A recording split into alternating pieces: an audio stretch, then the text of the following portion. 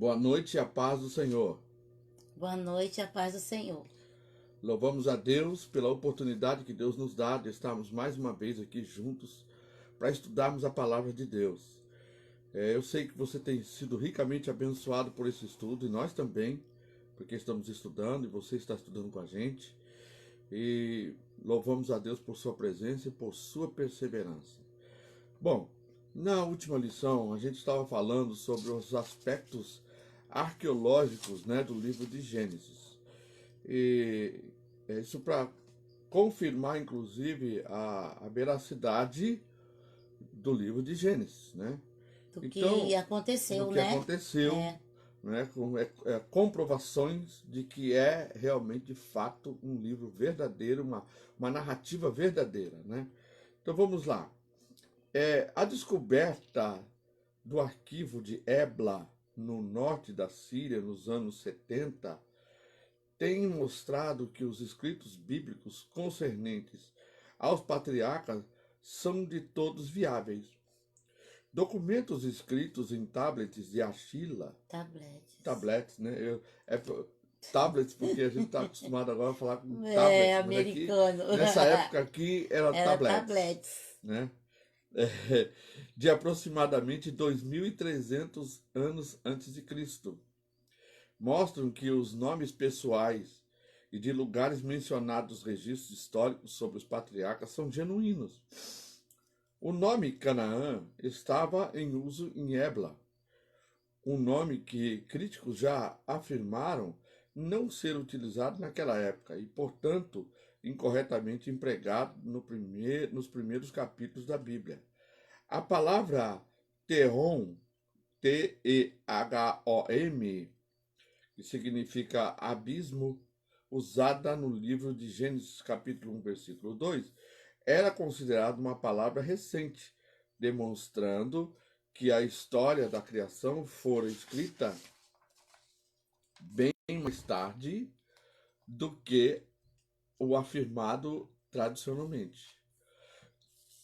T-E-H-O-M, Tehom, entretanto, era parte do vocabulário usado em Ebla.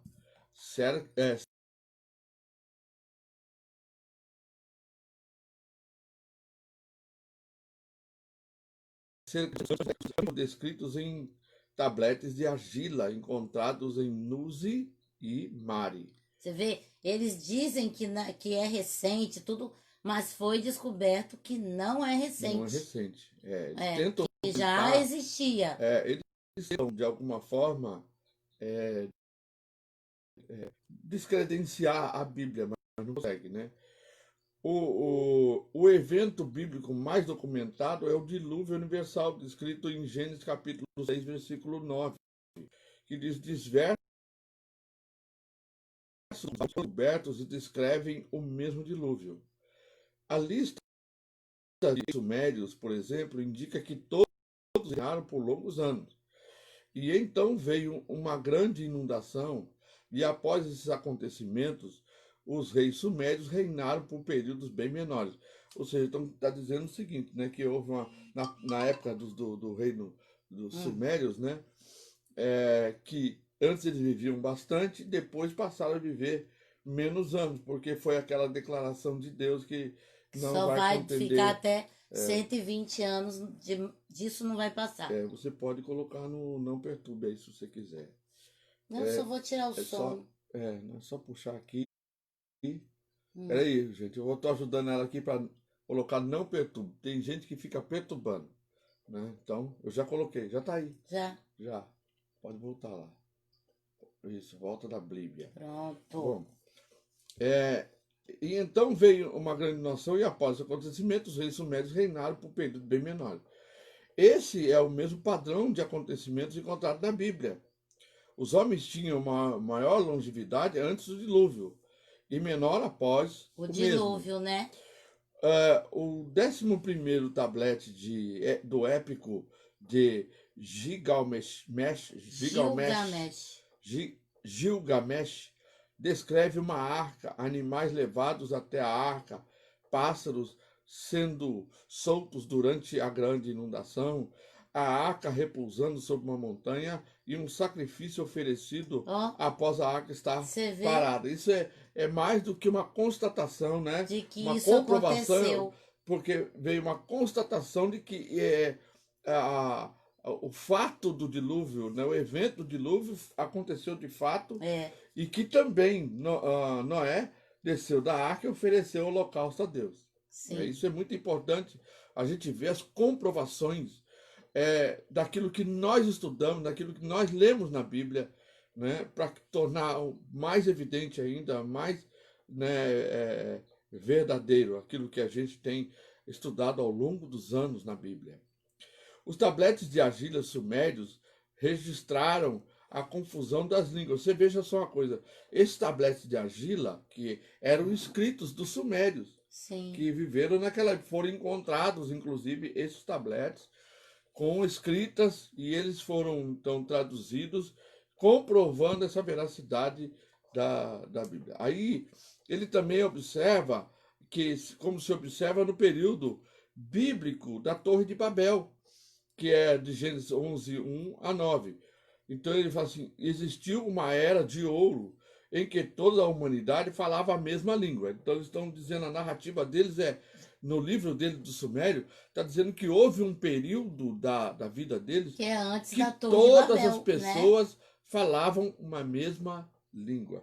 Inclusive, até o próprio pessoal de Noé, na época, até chegar como é que é o nome dele lá, o herege lá, É... Oh, meu Deus, esquecemos. Do homem mais famoso, Nimrod. Nimrod. Até chegar Nimrod, que construiu a Arca de Noé, todos falavam a mesma língua. 2000 anos também entre Noé, entre Abel, né, até Noé, todos falavam a mesma. Imagina só, né? E olha, era muita gente mesmo. E ele chama aqui de época de ouro, né? As línguas foram então confundidas pelo Deus que eles escrevem, né? Ele escreve Deus com letra minúscula. É, porque Em que é era o Deus deles, né? maiúsculo NKI. E a tradução é Senhor da Sabedoria. Os babilônios têm registros similares onde os deuses destruíram a torre do templo e dispensaram-no em todos, Dispersaram. dispersaram e tornaram suas línguas estranhas, né? É a Torre de É a Babel, né? narrativa deles, né? É a É. Torre de Babel. Bom, agora nós vamos para as evidências arqueológicas. A evidência, em primeiro lugar, em Siquém. Escavações foram empenhadas em Siquém, primeiro pelas expedições austríaca e alemã, em 1913 e 1914. Posteriormente, no período de 1926 a 1934, sob a responsabilidade de vários arqueólogos. E, por fim, por uma expedição americana no período de 1956 a 1972. Os arqueólogos são aqueles homens que estudam sobre a comprovação Os das fósseis. existências anteriores, como fósseis, como livros, como qualquer coisa, qualquer É, objeto que mostra que aquilo foi algo de é fato, real, né? né? Isso. É, a escavação na área sagrada revelou uma fortaleza no qual havia um santuário e um templo dedicado a El Berit, o deus do concerto. Esse templo foi destruído por Abimeleque, filho do juiz Gideão, que está onde fala sobre Juízes Gideão no 9. Juízes 9, e nos proporcionou uma data confiável acerca do período teocrático. Recentemente, nas proximidades do Monte Ebal, em Deuteronômio Ebal. 27, Ebal, né? Deuteronômio 27:13, foi encontrada uma estrutura que sugere identificar um altar israelita. Vamos ler lá Deuteronômio 27:13, perdão, 27:13. É, as tribos de Ruben, Gade, Azer, Zebulon, Dan e Naphtali ficarão no Monte Ebal, de Aí. onde proclamarão uma maldição. Então é aonde fala Então, sobre o você vê que Monte coisa, o Monte Ebal, Ebal era de onde se falava as as maldições, né? maldições, né?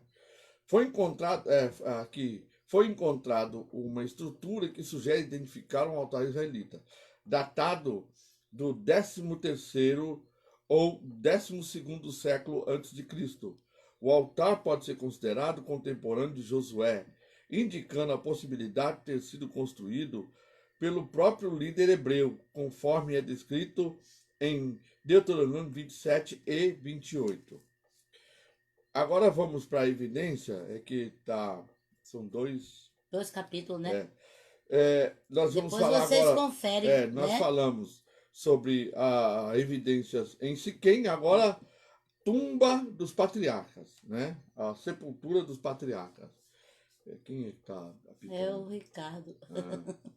Glória a Deus. É, O tava a Ricardo. irmã Aurora, Ricardo né? Paulinho Seja assistindo. bem-vindo.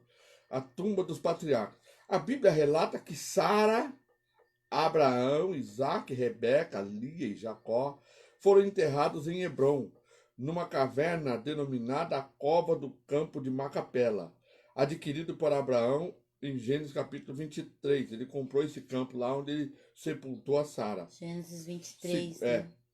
Lê não, amor? Quer ler ele? Gênesis 23, Bom, 1. né, amor? 23, 1.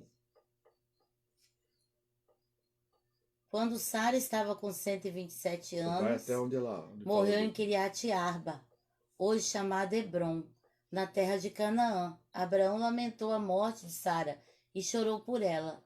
Depois deixou ali o corpo de sua mulher e disse aos hititas: Tenho vivido como forasteiro e estrangeiro entre vocês.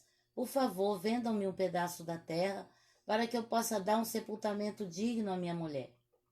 Os hititas responderam a Abraão: Ouça-nos, o Senhor é um príncipe, honrado em nosso meio. Escolha o melhor dos nossos túmulos e nele sepulte sua mulher. Nenhum de nós se recusará a dar ao Senhor o local para a sepultura. Abraão curvou-se diante dos hititas e disse: Visto que estão dispostos a me dar o local para a sepultura, façam a gentileza de pedir a Efron, filho de Zoar, que me permita comprar sua caverna em Maquipela, na fronteira de seu campo. Ele me venderá a terra pelo preço que vocês considerarem justo, e assim terei uma sepultura permanente para minha família. Amém. Então tá aí, né? Segundo a tradição, essa caverna foi localizada abaixo de Harã, em El Calil, que significa recinto sagrado do amigo do Deus único misericordioso. Que bonito, lindo, né? Que bonito, né? Olha só, hein? Eu não sabia disso, não. Já era El chamado de Calil, amigo de Deus, né? Calil, que significa recinto sagrado do amigo de Deus, né? Único Único misericordioso. misericordioso. Em Hebrom. E atualmente uma mesquita muçulmana. É mole? É mole, né? Eles têm que meter o bedelho nas coisas e tentar tirar a herança judaica disso, né? Eles querem dizer que é deles, né? É deles. Algumas referências datadas pelo período helênico, século II depois de Cristo, atestam que este é o local autêntico de sepultamento dos patriarcas. A caverna foi explorada pelos agostinianos em 1119, ficando declarado que os ossos dos patriarcas foram descobertos nessa data. Olha, pensou? Certinho, né? Do jeito que a Bíblia fala. Bom, nós vamos agora para o capítulo 4. Então, falamos de Gênesis, estudamos né? agora toda essa narrativa do livro de Gênesis, as comprovações arqueológicas, enfim, até mesmo a veracidade do livro de Gênesis, do princípio de todas as coisas. Agora nós vamos entrar no capítulo 4 e vamos estudar sobre o livro de Êxodo. Então, no estudo do livro de Gênesis, eu fiquei muito impressionada que ali começa a nossa salvação. Sim, com certeza. A promessa a respeito de Jesus e as simbologias todas, né? Representando Cristo, representando a igreja, como Rebeca, né? Que é trazida de longe para Isaac, né? Para Isaac. E também de José, né? Que é desprezado pelos irmãos, mas depois retorna, que significa o retorno de Israel. É, Então eu fiquei muito impressionada com esse livro. Eu nunca tinha visto, apesar da gente nessa ver ótica, né? semelhança, nunca tinha visto desse jeito. É. Eu tô gostando muito, né, disso. Bom, capítulo 4, livro de Êxodos. Tal como Gênesis é um título que não vem de origem hebraica, mas grega. Êxodos. A palavra Êxodo. Êxodos não tem origem hebraica, mas ela tem origem Grega. grega. Então, os gregos, né? A Septuaginta o chama de livro Êxodo, que significa saída, partida, um título apropriado para a descrição da saída do povo escolhido da terra onde sofreu a escravidão total durante gerações. Aqui eu digo que durante 4 gerações, porque foram 400 anos e cada geração é de 100 anos.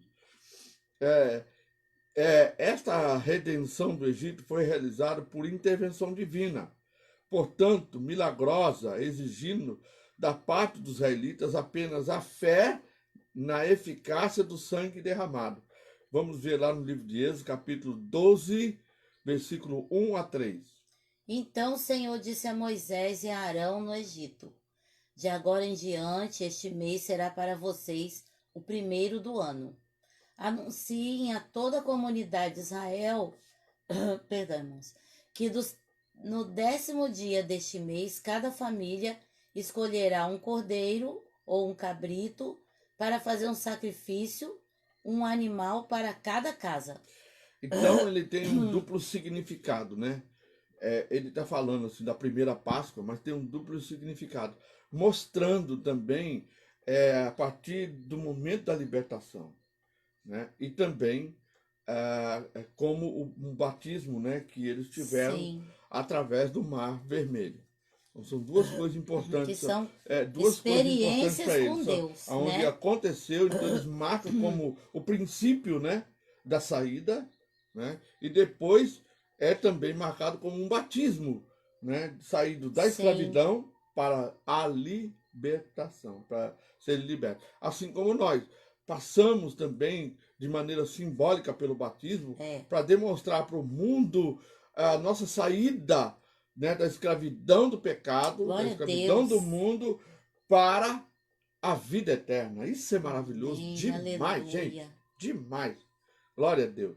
Como no Novo Testamento, a redenção tem o propósito de tornar possível a comunhão entre as pessoas remidas de Deus.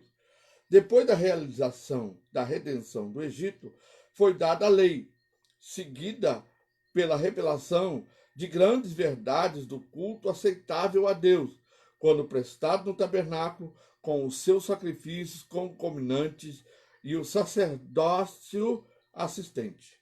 No Êxodo, Deus, até então ligado ao povo israelita apenas por sua aliança com Abraão, que é Gênesis capítulo 12, versículo 2, que ele fala de agora em diante. De agora em diante, né? este mês. Então ele fala sobre essa ligação que começa também a partir dali. É interessante isso. Atrai-os agora para si nacionalmente, pela redenção, coloca-os sob a aliança mosaica, que Então no aqui estava livro... dizendo que antes era só com Abraão. Agora passou a ser a aliança que fez com Moisés. Isso. E aí com todo o povo pelo batismo do Mar Vermelho, né? Então vamos ver lá no 19, capítulo 5. Êxodo capítulo 19, versículo 5, perdão. Êxodo 19, versículo 5. Agora, se me obedecerem e cumprirem minha aliança, serão meu tesouro especial dentre todos os povos da terra, pois toda a terra me pertence. Eu fico pensando, sabe, Que lindo, gente? meu Deus. Uma declaração dessa não é vinda de qualquer um. Não é vinda de um homem. Não é vinda de alguém, de um grande sábio. Mas é uma declaração do Deus Criador dos céus e da terra. Ele Estou disse assim, falando que vocês você serão será meu tesouro especial. especial de né? Deus. Vocês todos os povos que habitam na terra, vocês são meu, pois a terra me pertence. Deus falou assim, tudo é meu, mas vocês são tesouro Vocês são especial. especial. Se Já me pensou? obedecerem, né? Se tem uma condição, né? Tem uma condição aí. Se me obedecerem, cumprirem minha aliança, né? Tem essa condição aí, né? Então, aí eles vão ser isso exatamente aquilo que Deus determinou. E habita no meio deles na nuvem de glória. Quando ele fala Aleluia. isso, ele vem então na nuvem de glória e fica entre eles, que cobre eles de dia por causa do sol escaldante e à noite como chama, como labareda o de frio, fogo, né? que esquenta o Ilumina. arraial onde eles estão, ilumina e esquenta. Então, ou seja, eles não sentiam nem o calor e nem o frio. Já pensou? Oh, glória a Deus. Nossa, Deus é Aleluia. maravilhoso demais, meu Senhor. Deus não mudou, gente. Aleluia. Não mudou. Esse Deus Aleluia. cuidadoso, misericordioso Aleluia. é o mesmo que Aleluia. cuida de Aleluia. nós todo Glória dia. a Deus, glória a Deus. Gálatas explica. Perdão, gente. O coração da gente não aguenta. Onde eu estava? Gálatas explica o relacionamento da lei com a aliança abraâmica, por meio dos inúmeros mandamentos. Deus ensinou a Israel suas justas exigências, assim como ele ensina para nós, através do Novo Testamento, as justas. A gente fala assim, mas a salvação é pela graça. Ela é graça, mas é condicionada. Ela é graça, mas é condicionada. É condicionada, sabe o quê? Ao abandono do pecado. A salvação é graça, mas ela é condicionada ao novo nascimento. Sabe? Então, ou seja, eu só vou herdar o céu se eu nascer de novo. Então, tem uma condição, mesmo que seja bem não merecido. Né? Sim. A experiência convenceu Israel do seu pecado. E a provisão do sacerdócio e os sacrifícios cheios de tipos preciosos de Cristo, né? Porque os sacrifícios, eles são a tipologia do sacrifício de Jesus. Ofereceram a um povo culpado, assim como nós, para obter, né, por um meio de obter perdão, purificação e restauração da comunhão e adoração. É assim que nós somos reconciliados com Deus. O sacrifício deles era apenas para cobrir, né, para desviar o olhar de Deus do pecado deles. O nosso sacrifício, que é o de Jesus, é para tirar o pecado. Isso. Para tirar Antes o pecado. cobria, né? Mas João falou, eis o Cordeiro de Deus que tira o pecado do mundo. Né? Glória Vamos a agora Deus. ao esboço do Êxodo. O treinamento do homem de Deus para a tarefa de Deus. Então, vamos ver ali primeiro, né, e depois vamos ver no mesmo livro de Êxodo, capítulo 4, versículo 31. Então vamos lá, 31 não, é 1. de 1 a 4. É isso? Não é 4 e 31? Amor. Vamos ver 1 primeiro. Amor, isso aqui significa que é versículo 1 de 1 a 4. Vamos ver, então vamos ver, 1 a 4. Estes são os nomes dos filhos de Israel que se mudaram para o Egito com Jacó, cada um com sua família. Rubem, Simeão, Levi, Judá, Issacar, Zebulon, Benjamim, Dan, Naftali, Gad e Aser. Até aí. Então vamos ver agora também, que é o treinamento do homem de Deus para a tarefa de Deus. Vamos ver o capítulo 4, versículo 31. Vamos ver, tirar uma dúvida. É para a gente tirar uma dúvida, para a gente entender o que eles estão mencionando um número aqui aí para que nós. a gente não entende. Olha lá, 31. Vamos ver se dá certo. O povo de Israel se convenceu de que o Senhor tinha enviado Moisés e Arão, quando ouviram que o Senhor se preocupava com eles e tinha visto seu sofrimento, prostraram-se e o adoraram. Ok. Aí é para ler agora de 1 a 22. Agora não, peraí. Não sei. É aqui, ó. O passado de Moisés, a perseguição tirana. Então, do capítulo 1, do versículo 1 até o 22. Sim. Isso, aí sim. A gente está começando a entender aqui, ó, a forma deles colocarem aqui. Até o 22, é o capítulo todo. É. Ao todo, desceram ao Egito 70 descendentes de Jacó, incluindo José, que já estava lá. Com o tempo, José e seus irmãos morreram. E toda. Você vê, Ela pegou, como ela leu até o 4, ela agora estou pegou em do 5 em diante. diante. Jorge, você vê, desceram 70. Tudo é É, 70, né? 70, De né? É Deus. verdade. Com o tempo, José e seus irmãos morreram e toda aquela geração chegou ao fim. Mas seus descendentes, os israelitas, tiveram muitos filhos e netos. Multiplicaram-se tanto que se fortaleceram e encheram a terra. Por fim, subiu ao poder no Egito um novo rei, que não sabia coisa alguma sobre José.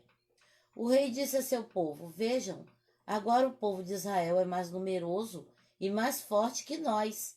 Precisamos tramar um plano para evitar que se tornem ainda mais numerosos. Deixa eu falar uma coisa, gente. Aqui dá a impressão exata, né? Não, isso levantou esse rei 400 anos depois, não é isso? Muito tempo. Que foi quando começou então a trajetória da saída deles, né? É. Por isso ele não conhecia o José. Assim, se não fizermos e houver guerra, eles se unirão a nossos inimigos, lutarão contra nós e depois fugirão dessa terra. Assim, os egípcios nomearam capatazes para dirigir o trabalho do povo. Sob opressão, os israelitas construíram Pitom e Ramessés, duas cidades que serviam de centro de armazenamento para o faraó. Porém, quanto mais eram oprimidos, mais os israelitas se multiplicavam e se espalhavam, e mais preocupados os egípcios ficavam. Por isso, os egípcios os forçavam com crueldade a trabalhar pesado. Tornaram a vida deles amarga, obrigando-os a preparar argamassa, produzir tijolos e fazer todo o trabalho nos campos. Eram cruéis em todas as suas exigências. O faraó, rei do Egito, deu a seguinte ordem às parteiras hebreias, Sifrá e Puá. Quando ajudarem as hebreias a dar à luz, prestem atenção durante o parto. Se for menino, matem o bebê. Se for menina, deixem que viva. Mas as parteiras temiam a Deus e se recusaram a obedecer à ordem do rei. Assim, deixaram os meninos viver. Então o rei do Egito mandou chamar as parteiras e lhes perguntou: Por que fizeram isso? Por que deixaram os meninos viver? As mulheres hebreias não são como as egípcias, responderam as parteiras ao faraó. São mais vigorosas e dão à luz com tanta rapidez que não conseguimos chegar a tempo. Deus foi bondoso com as parteiras, e os israelitas continuaram a multiplicar-se e tornaram-se cada vez mais fortes. E porque as parteiras temeram a Deus, ele deu a cada uma delas a sua própria família. Olha só, Você vê como Deus abençoa, né? é maravilhoso. Então o faraó deu a seguinte ordem a todo o seu povo: Lancem no rio Nilo todos os meninos hebreus recém-nascidos, mas deixem as meninas viver. Amém. Agora nós vamos então para o B, né? Esse foi A, agora o B, que é a sua adoção e instrução nos primeiros Não 40 anos. vale você ler agora. Ainda está no meu tempo. Ai, ai. Então, ó, sua adoção e instrução, os primeiros 40 anos, é 2 de 1 a 14. Vamos lá. Por essa época, um homem e uma mulher da tribo de Levi se casaram. A mulher engravidou e deu à luz um menino. Viu que era lindo o bebê e o escondeu por 3 meses. Você vê que diz assim que o menino era muito bonito, É, muito lindo. Ela teve dó de matar porque Moisés era um gatão, gente. era um Bonito, hein? gatinho. Era um gatinho nessa época, né? É, Quando não conseguia mais escondê-lo, pegou um cesto feito de junco, de papiros e revestiu com betume e piche. Acomodou o bebê no cesto e colocou entre os juncos à margem do rio Nilo. A irmã do bebê ficou observando a certa distância para ver o que lhe aconteceria. Pouco depois, a filha de Faraó desceu ao Nilo para tomar banho, e suas servas foram caminhar pela margem do rio. Quando a princesa viu o cesto entre os juncos, mandou suas servas buscá-lo. Ao abrir o cesto, a princesa viu o bebê. O menino chorava e ela sentiu pena dele. Deve ser um dos meninos hebreus, disse ela. Então a irmã do menino se aproximou e perguntou à princesa: A senhora quer que eu chame uma mulher hebreia para amamentar o bebê? Ela falou: Quero. Respondeu. Eles foram bem espertos, né? É. A moça foi e chamou a mãe do bebê. A princesa disse à mãe do bebê: Leve esse menino e amamenta-o para mim. Eu pagarei por sua ajuda. Além do mais, ainda É. ganhou uma grana. A mulher, que é a mãe, levou o bebê para casa e amamentou. Quando o menino cresceu, ela o levou de volta à filha de Faraó, que o adotou como seu próprio filho. A princesa o chamou de Moisés, pois disse: Eu o tirei da água. Isso, isso tem grande significado, né? O fato de ser tirado da água, né? É. Porque veio o dilúvio, destruído, e ali Noé começa então a nova geração. Aqui é como se, na realidade, o Moisés é o tipo de Jesus, né? É o tipo de Cristo. Anos depois, já adulto, Moisés foi visitar seu povo e descobriu que eles eram forçados a realizar trabalhos pesados. Ou seja, a mãe dele, né, que amamentou ele, que ensinou os princípios, né, do É. judaísmo, né, do povo de Israel. E ali então ele sabia, ele conhecia que todo aquele povo era povo dele. Por isso que ele, aqui diz assim, foi visitar o seu povo. E ele viu um egípcio espancar um hebreu, um homem do seu povo. Olhou para todos os lados e, não avistando ninguém por perto, matou o egípcio. A pessoa ficou com tanta raiva. Em seguida, escondeu o corpo na areia. No dia seguinte, quando Moisés saiu novamente para visitar seu povo, viu dois hebreus brigando. Olha, dois hebreus, não era nem egípcio. Dois hebreus brigando. Você vê uma coisa, presta atenção nisso, gente. Como as pessoas são ingratas. Como as pessoas são, sabe, tem a tendência para o mal. Porque ele, quando viu os egípcios espancando o hebreu, ele foi lá e defendeu e Defendeu, matou. é. Os hebreus que estavam ali viram É. o que ele fez. Quando ele olha para os lados, ele olhou para ver se não tinha nenhum outro egípcio lá. E não tinha. Só que o hebreu, né? Os hebreus. Então ele fala assim: por que você está espancando seu amigo? Perguntou Moisés, ao que havia começado a briga. O homem respondeu: Quem o nomeou nosso príncipe juiz? Vai me matar como matou o egípcio? Moisés teve medo e pensou: Com certeza, todos já sabem o que aconteceu. E de fato, Faraó tomou conhecimento do que havia Era até o acontecido. 14. É, Espera um pouquinho. é. Seu caráter Ah, disciplinado, verdade. os segundos 40 anos, né? Depois daí segue-se os ele tinha 40 anos aqui. Quando ele vai embora, né? Agora é o seu caráter disciplinado. Letra C. Deus disciplina ele. Na letra C. É. Seu caráter disciplinado. Deus disciplina ele, aí vem os segundos 40 anos, Então que é do 2, de 15 a 25. Ok. E de fato, Faraó tomou conhecimento do que havia acontecido e tentou matar Moisés, mas ele fugiu e foi morar na terra de Midian. Quando chegou a Midian, estabeleceu-se junto a um poço. O sacerdote de Midian tinha 7 filhas, que foram ao poço tirar água e encher os bebedouros para o rebanho do seu pai. Então alguns pastores chegaram e expulsaram elas de lá. Moisés, porém, defendeu as moças e tirou água para o rebanho delas. Quando as moças voltaram para o seu pai, Reuel, ele lhes perguntou: por que voltaram tão cedo hoje? Elas responderam: um egípcio nos defendeu dos pastores, depois tirou a água e deu de beber ao nosso rebanho. Onde ele está? Perguntou o pai. Por que deixaram lá? Convidem-no para comer conosco. Moisés aceitou o convite e foi morar com Reuel. Depois de algum tempo, Reuel entregou sua filha Zípora em casamento a Moisés.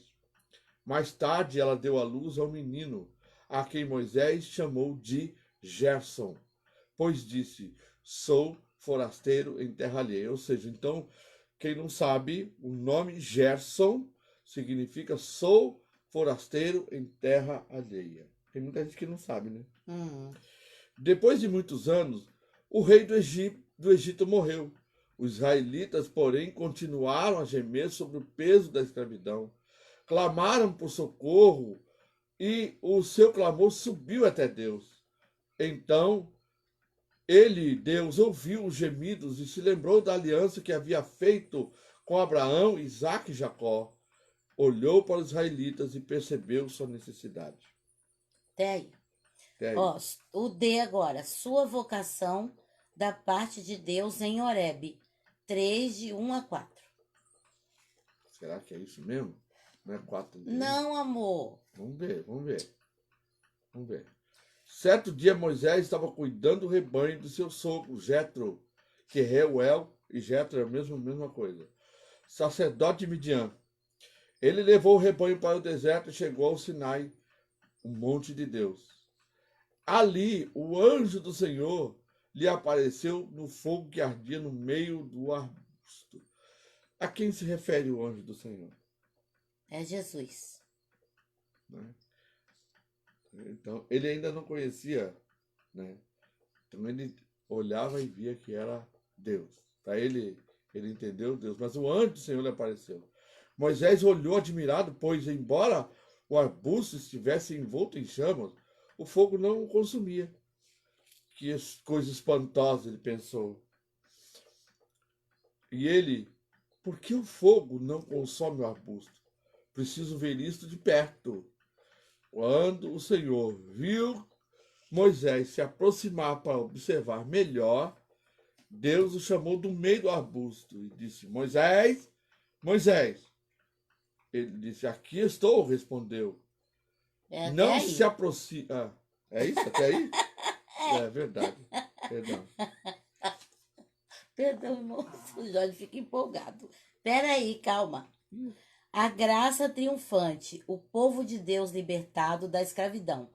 Agora é o 5, Esse é de o 1 a outro, 18. o segundo tópico. O primeiro tópico é o treinamento do homem de Deus para a tarefa de Deus. Agora então, é o outro tópico a que é a gente leu graça até triunfante. onde Deus chama ele, chama a atenção de Moisés. Agora vamos a graça triunfante, o povo de Deus libertado da escravidão. Letra A. 5, de 1 a 18. Mas Não, letra não é A letra A, primeiro, não é letra A, né?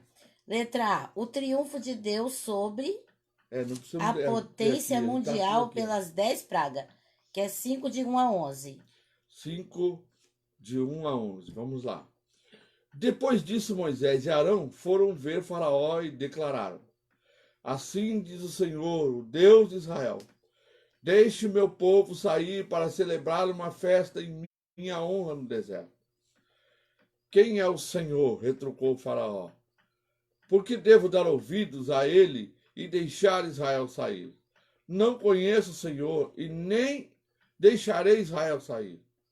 Então Arão e Moisés disseram: o Deus dos hebreus se encontrou conosco. Portanto, deixe-nos fazer uma viagem de 3 dias ao deserto para oferecermos sacrifícios ao Senhor, nosso Deus. Do contrário, ele nos castigará com alguma praga ou pela espada. O rei do Egito respondeu: Moisés e Arão, por que distraem o povo de suas tarefas? Voltem ao trabalho. Olhem, há muitos do seu povo nessa terra, e vocês o estão impedindo de trabalhar. Vai até 11. Até 11. Naquele mesmo dia, Faraó deu a seguinte ordem aos seus capatazes: os egípcios e aos supervisores israelitas. Ainda tinha os supervisores israelitas, né? São os traiçoeiros, traíra. Não forneçam mais palha para o povo fazer tijolo. De agora em diante, eles mesmos devem juntá-la. No entanto, continue a exigir que produzam a mesma quantidade de tijolos que antes. Não reduzam a cota. Eles são preguiçosos e por isso clamam. Deixe-nos sair para sacrificar ao nosso Deus. Aumentem a carga do trabalho deles e cobre o cumprimento das tarefas. Isso os ensinará a não dar ouvidos às mentiras. Os capatazes e os supervisores saíram e informaram o povo. Assim diz Faraó: vocês não receberão mais palha. Saiam, juntem-na onde puderem encontrá-la. No entanto, continue a produzir a mesma quantidade de tijolo que antes. A gente pode aprender uma coisa aqui, gente. Deus pode dar uma ordem para você. Deus pode mandar alguém levar uma mensagem para você. Deus pode falar com você para que você faça algo. E às vezes você acha que Deus mandou e que não vai ter nenhuma situação. Deus mandou, tudo vai dar certo, né? Mandou, tudo vai dar certo. Vocês podem ver, Deus realmente mandou. Mas o faraó endureceu o coração, porque o homem, ele escolhe fazer o bem, dar ouvidos a Deus ou não. Só que Deus iria cumprir aquilo que ele estabeleceu como vontade dele. A ordem que Deus deu de sair, de levar, mas isso tem um caminho a ser percorrido. Às vezes a gente recebe a ordem de Deus e quando começa a dar tudo errado, a gente começa a ficar desesperado, né? Começa a murmurar, a se entristecer e achar que Deus nos abandonou e que Deus não vai cumprir nada daquilo que ele falou. Deus jamais vai deixar de cumprir, gente. Nós deixamos. Mas porque há um sofrimento. Quando a gente pensa assim, gente, a gente iguala a Deus ao homem, sabia? A gente iguala a Deus ao homem, que promete uma coisa e não cumpre. Deus cumpre. Não significa que não terá que passar por caminhos para chegar até o cumprimento da ordem de Deus. Vamos lá. B. 6 tipos da salvação. 12, de 1 a 18. 1:18. Então o Senhor disse a Moisés e a Arão do Egito: de agora em diante, este mês será para vocês. Isso aí já tinham saído, né? Deus já tinha cumprido aquilo que Deus mandou. Teve muita dificuldade, muitas situações. Muita gente lamentou, muita gente murmurou, mas Deus mostrou que é fiel, né? E anuncie em toda a comunidade de Israel que no 10º dia deste mês, cada família escolherá um cordeiro ou um cabrito para fazer um sacrifício a um animal para cada casa. A família que for pequena demais para comer um animal inteiro deverá compartilhá-lo com outra família da vizinhança. O animal será dividido de acordo com o número de pessoas e a quantidade de cada um que cada um puder comer, né? A quantidade que cada um pode comer. O animal escolhido deve ser um cordeiro ou um cabrito de 1 ano, sem defeito algum, nem mancha, nem nada, né? Nenhum defeito. Guardem bem o animal escolhido até a tarde do 14º dia do 1º mês. Ou seja, eles pegavam aquele animal escolhido, colocava dentro do corralzinho, esperava até o dia para matar ele. Quer dizer, sacrificar, né? De sacrificar. Deste dia, toda a comunidade de Israel sacrificará o seu cordeiro ou cabrito ao anoitecer. Você imagina como deveria ser isso, né? Todo mundo ao mesmo tempo matando os animais. Uma cena nada bonita. Não é uma cena bonita, nem gente. Ouvidos, não nem é. som. Isso tem um significado, né? A libertação pelo sangue de Jesus, né? Não é nada bonito. Que não foi uma cena nada bonita. Não, nem agradável, nem de se ver. Quando a gente vê um filme, aquele filme Paixão principalmente, porque os outros filmes não mostram algo um pouco mais real, a gente não aguenta ver, gente, né? Porque não é uma cena bonita de se ver, mas é real, né? É real. Aí, em seguida, tomará um pouco de sangue, não é tomar, né? É tomar um pouco de sangue e pegar com o pincel, né? passarão nos batentes laterais e no alto das portas das casas onde comeram o animal.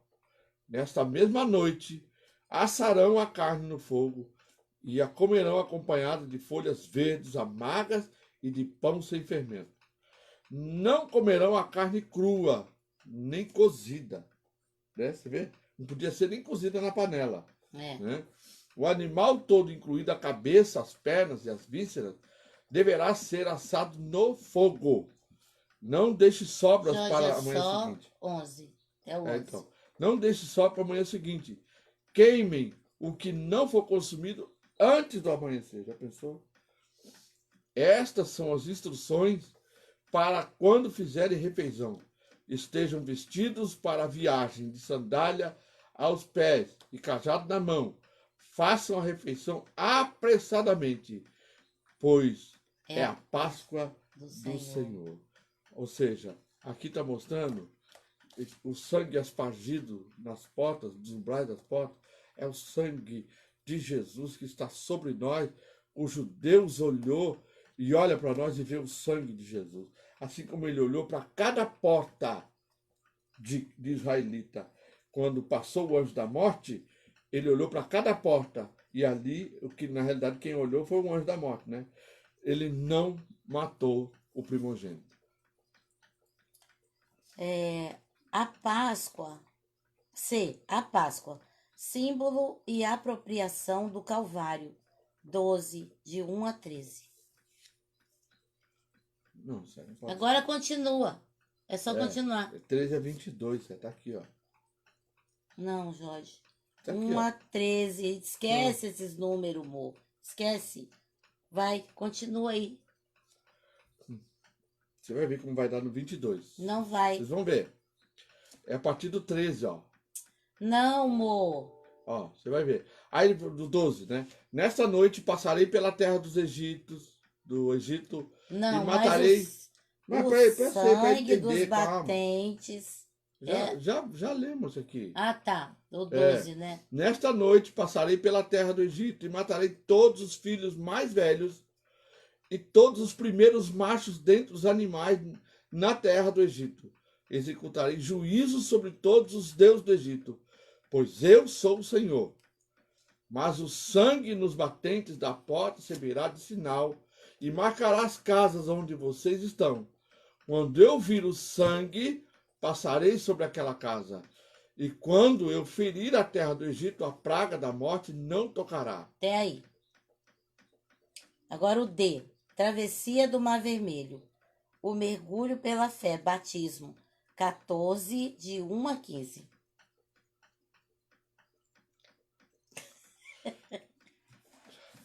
O Senhor disse a Moisés: ordene aos israelitas que deem a volta e acampem em Pi-Hairote, Airote, né, com H, Hairote, entre Migdol e o mar.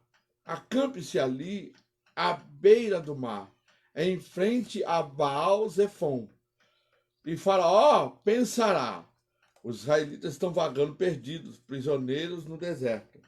Olha só, né? Foi uma armadilha para Faraó. Mais uma vez, endurecerei o coração de Faraó, e ele os perseguirá. Planejei tudo isso para mostrar a minha glória por meio de Faraó e de todo o seu exército. Então os egípcios saberão que eu sou o Senhor. E os israelitas assim fizeram. Até quando? 15. Quando o rei do Egito soube que o povo de Israel havia fugido, ele e os seus oficiais mudaram de ideia. E o que fizeram? Perguntavam: como podemos deixar todos os escravos israelitas escaparem? Podia ser, né? Ele fala assim: que burrice! Que burrice a nossa, né? que a gente fez, né? Vamos atrás. Então o faraó mandou preparar sua carruagem e convocou suas tropas. Levou consigo 600 dos melhores carros de guerra, além das demais carruagens de batalha do Egito, cada uma com seu comandante.